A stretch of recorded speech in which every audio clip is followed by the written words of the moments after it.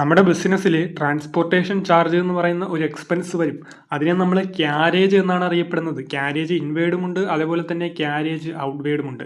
Carriage inward എന്ന് പറഞ്ഞാൽ പർച്ചേസുമായിട്ട് relate ചെയ്ത് വരുന്ന ഒരു വേർഡാണ്. പർച്ചേസുമായിട്ട് റിലേറ്റ് ചെയ്ത് വരുന്നത് കൊണ്ട് നമ്മൾ കഴിഞ്ഞ ക്ലാസ്സിൽ പഠിച്ചു, അതിനെ നമ്മൾ എന്തെന്ന് പറയും? ഡയറക്റ്റ് എക്സ്പെൻസ് ആയിട്ട് വേണം കരുതാൻ. Example, purchase goods by cash 10,000, carriage expense 1000. അതായത് നമ്മൾ 10,000 രൂപയ്ക്ക് സാധനം വാങ്ങി, കൂടാതെ നമ്മൾ എന്ത് കൊടുത്തു?